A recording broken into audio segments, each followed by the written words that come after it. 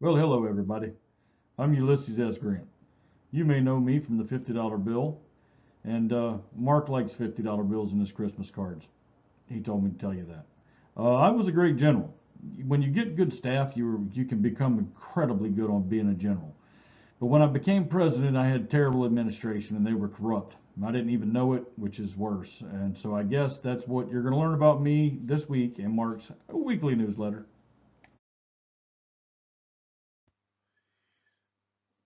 Well, thank you, General Grant. I'm glad that you are this week's guest on the stockmarketjobber.com. You're certainly an interesting person and you did a lot for this country. And I think it's just important that people learn more about you. Most people know you as a general. They don't realize that you are part of one of the biggest scams in the history of Wall Street. Not that you were part of it, but you were a victim of it. So I think people would be kind of interested in hearing about that. So you could tell us a little bit more about that in a few. So at the stock market jobber, we just focus on certain principles that are important for markets. Certain price levels are more important than others. Doesn't need to be astrophysics, even though the firms that use astrophysics and hired NASA people a few years back that used AI, their performance is not very good. So let's just forget all that stuff and let's just think about simple things. Price levels. Some price levels are more important than others. These are called support and resistance. Support is a level where there's more demand than there is supply. So when a market's going down, it's because sellers need to look to sell at a discount to get buyers to come in off the sidelines. When we get to the support level, things change. All of a sudden, there is enough demand or buyers or buy orders to absorb all that the sellers have. So at that point, the market doesn't go down anymore. Resistance is the opposite. When we get to a resistance level, we have a lot of sellers hanging out trying to sell their shares around the same price, and there's enough supply to fulfill all the demands. When a market's going higher, it's because there's not enough supply, and buyers have to be willing to bid a premium. So when we get to resistance, the tide turns, and there's enough supply to fill all the demand, and then that's when the market will stop going up. Now, sometimes these support and resistance levels can be intact for weeks, months, quarters, years. You would be surprised. So we'll see a couple of those. One thing that's interesting about markets is that levels that were resistance can become support, and levels that were support can become resistance. So that being said, I want to bring on General Grant again. And I know people talk about how he liked to drink, but I think that's kind of a myth, and I don't hold it against him. But anyway, General Grant, why don't you come here and tell us your story?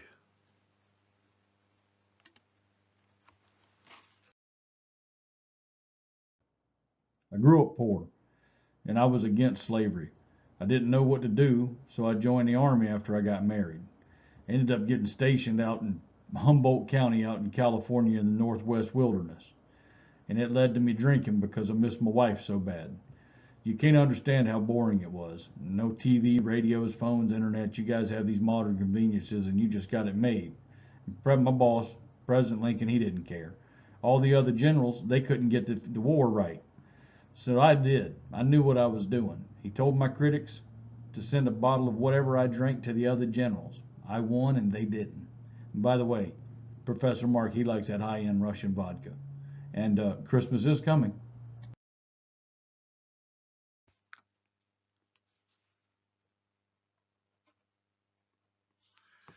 All right, well, I get it. You know, whatever, dude. If I was stationed out in the woods with no internet or no TV or anything like that, I'd probably be pretty darn bored too. As a matter of fact, I have internet and I have TV, and I still get pretty bored. But this here, everybody, is just a little bit of a synopsis of what we should be watching this week. A couple of really important things here. I think we got to watch the financials and we got to watch tech because they're both testing important support. And if that tech breaks, There's a good, if that support breaks in those two sectors, there's a good chance we see a decent move lower.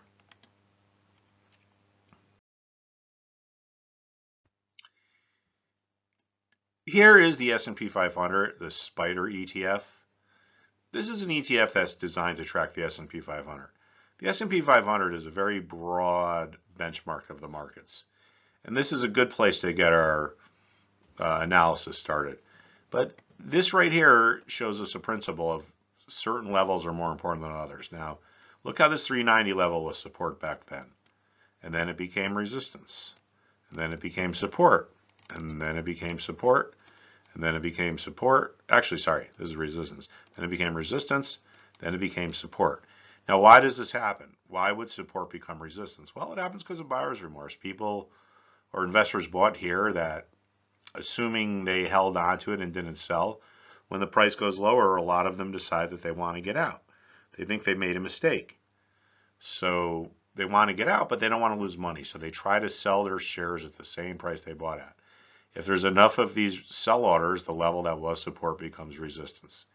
Now we have resistance turning into support. This happens for the opposite reason.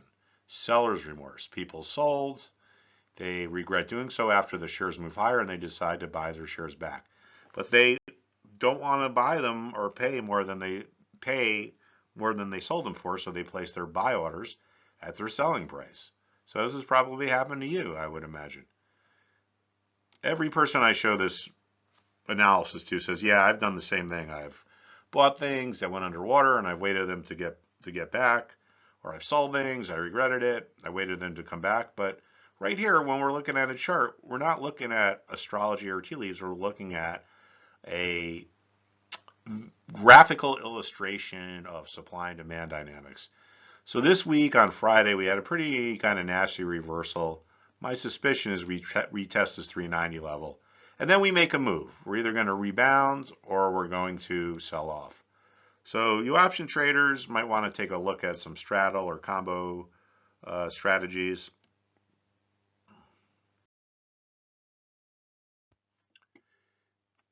Here we can see the tech sector, and you can see perfectly what I was talking about here. A level that was resistance turns into support. It's pretty clear. You don't need to be a market guru to see that. So people sold, and when it went higher, a lot of these investors say, I want to buy my shares back, but I'm not going to pay more than I sold them for. So they place their buy order at the same level they sold at. If there's enough of them, then the level that was resistance becomes support.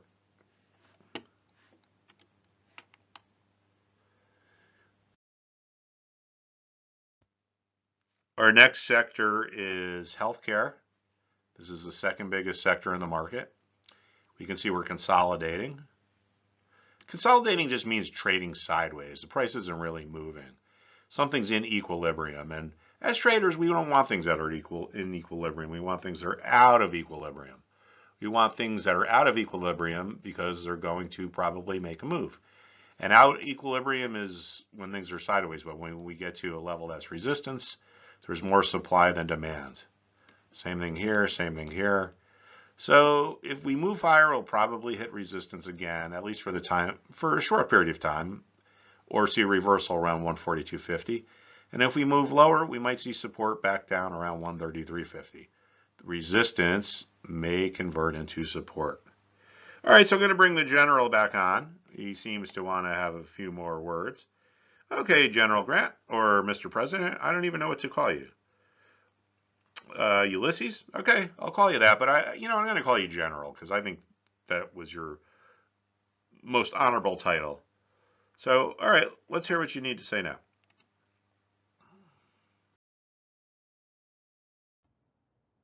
As a commanding general, I led the Union Army to victory in the American Civil War, and in 1865 and thereafter briefly served as Secretary of War.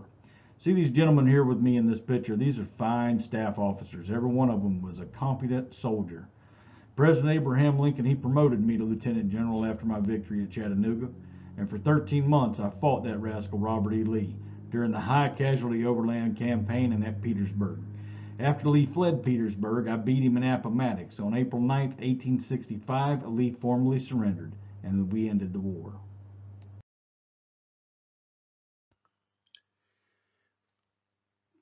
So that was pretty cool. Yeah, dude, you lived quite a life. Pretty amazing. You came kind of from nothing and you did a lot. Anyway, here's another example of this is probably the second most important thing to watch this week after the tech sector.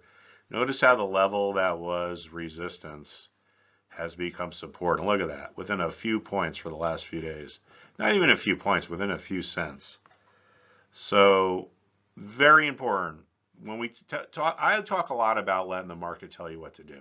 The market speaks a language. And what is that language? Well, it's the language of how does it act when it gets to certain resistance or support levels.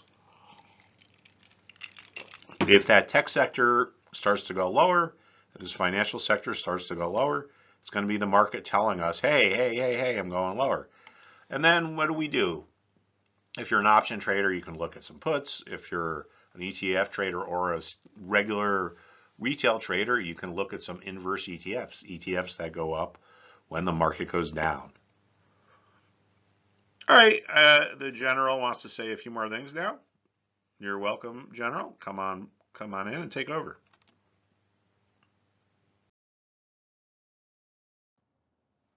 Later as president, I was an effective civil rights executive. I signed bills that created the Justice Department. I took on the Ku Klux Klan. I also worked with radical Republicans to protect African Americans during the Reconstruction in the South. That post-Civil War economy brought on massive industrial wealth and government expansion. Speculation, lifestyle extravagance, and corruption in federal offices was rampant. Sound a little familiar? All of my executive departments were investigated by Congress. By nature, I was honest, trusting, gullible, and extremely loyal to my chosen friends. Sometimes you get that with a country boy. He might be dogged and might not be able to be beat, but he sure does have a little bit of naivety about him. So on March 3rd, 1783, I signed into law an Appropriation Act that increased pay for federal employees, Congress retroactive, and the judiciary and the president. My annual salary doubled from $25,000 to $50,000. Critics derailed Congress's 2-year retroaction. Services rendered $4,000 lump payment for each congressman, and boy were they pissed. And the law was partially repealed. But I kept my much needed pay raise and my reputation remained intact. And after the Democrats took control of the House in 1875, more corruption in federal departments was exposed. It's going to be crazy when the Republicans take over full charge in your time frame, I believe. Among the most damaging scandal involved the Secretary of War, William W. Belknap. I can't even say the sumbitch's name. Who took quarterly kickbacks from Fort Sill tradership. This led to his resignation. My own brother Orville, which I do not speak to, set up silent partnerships and received kickbacks from 4 trading posts. Congress also discovered that the Secretary of the Navy was bribed by a naval contractor, but they got away with it, and no articles of impeachment were ever drawn up against him.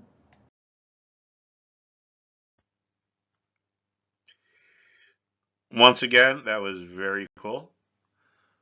All right, now this is the consumer discretionary sector.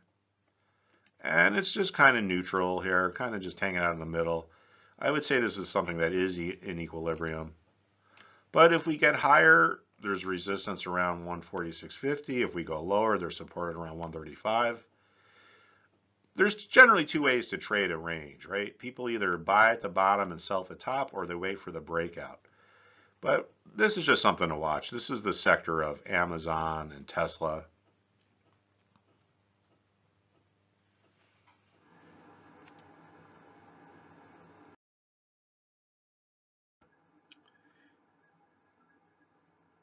Next up is the industrial sector. We could see that the $100 level has been important, and it's not unusual for round psychological levels to become important. People like to say to themselves, oh, I'll buy or I'll sell if it gets to 10 or 20 or 100. Well, this is 100. But we do see a little bit of a downtrend forming here, so there's a chance we go lower. And if we do, I'd be looking for support around here, right? All right, General Grant. All right, the General wants to come on again. Let's see what he has to say.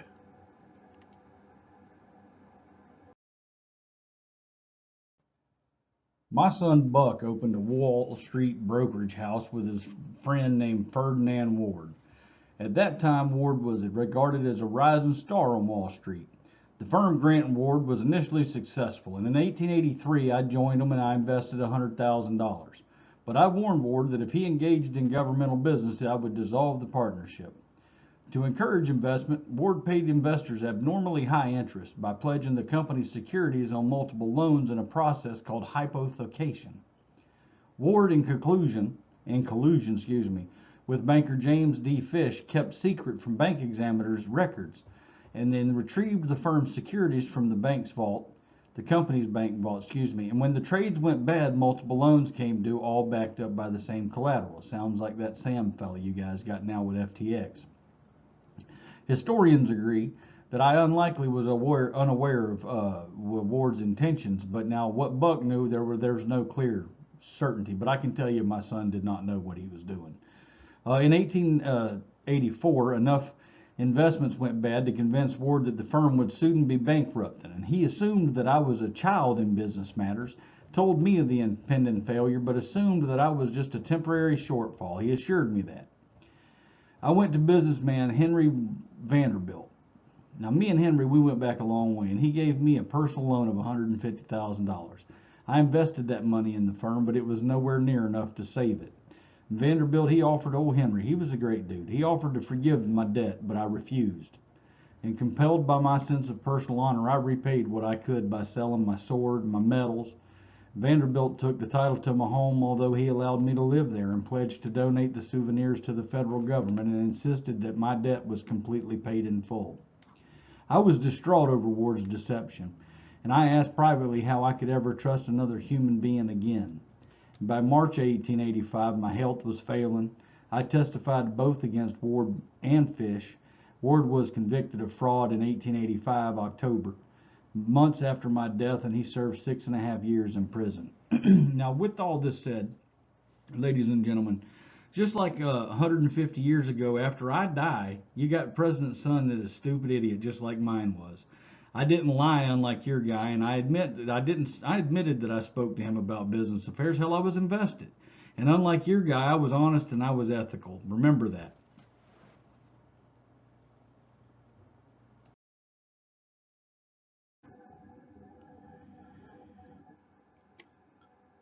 Yeah, that's very cool. You know your book is one of the greatest books ever for the history of warfare. I remember reading it and it really struck me when you were in undercover, meaning wearing private's clothes, and you were cruising around in the woods on your horse, and you drove into a Confederate camp, and they realized you were General Grant, and instead of taking you prisoner or shooting you, they saluted you, and you saluted them back.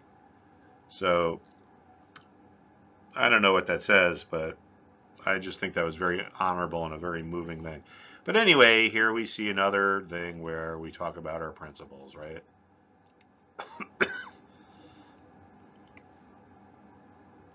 Support becomes resistance. XLC now is testing this short-term support around 49.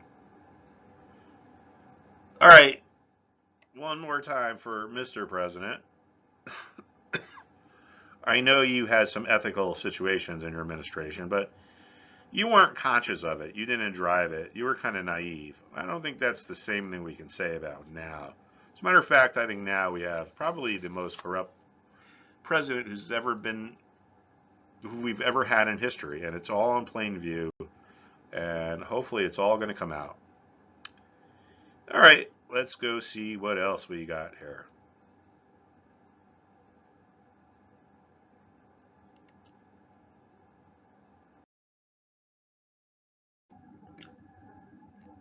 Our consumer staples sector, overbought and at resistance. Things that are overbought and at resistance tend to go lower. See, we got down here in the RSI. So we could probably be looking for some short ideas in this sector.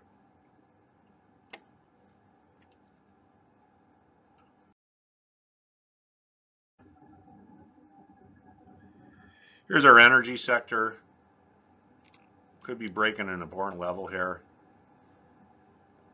Oil is really starting to move lower. And I don't think that's a good thing. I mean, it's good that it costs you less to fill up your car, but I think it's moving down on an economic slowdown. Oil is now lower than it was at the beginning of the year.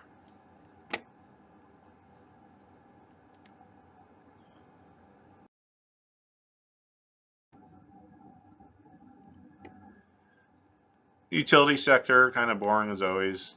See a little bit of consolidation here. That just means the forces of supply and demand are equal. We want things where they're out of whack, where equilibrium is not equal, because then we get moves. When we get moves, we can make money.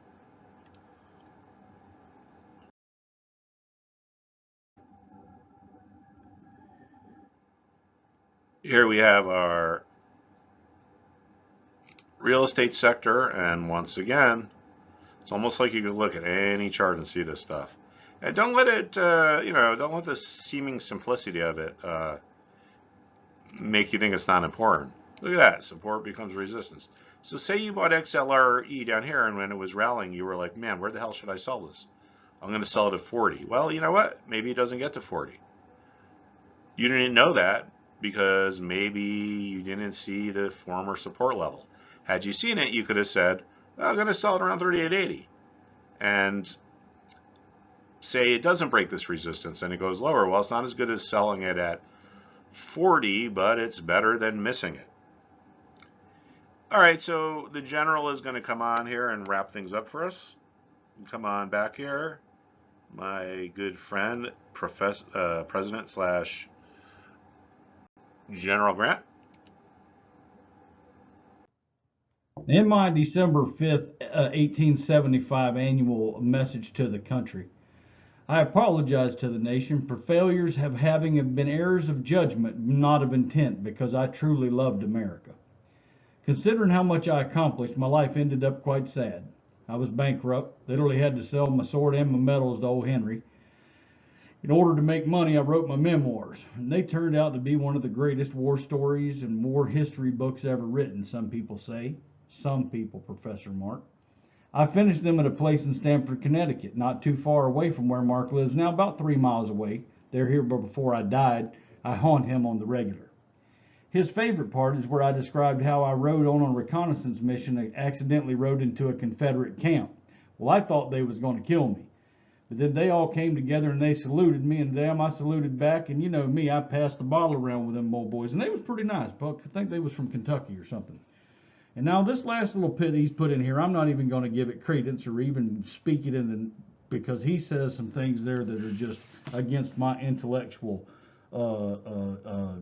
It's just wrong.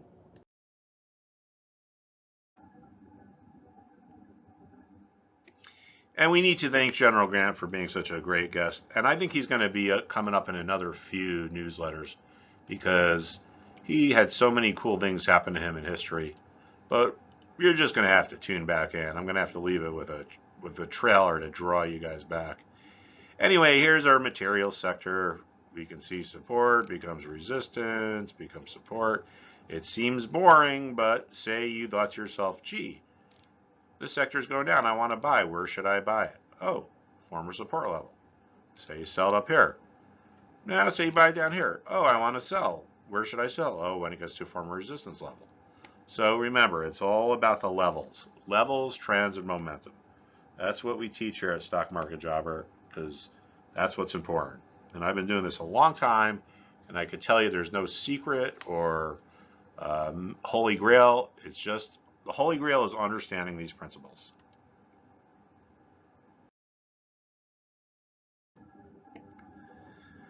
So here's just a review of everything. You can see the New York Stock Exchange in the background there. Stock Market Jobber is a very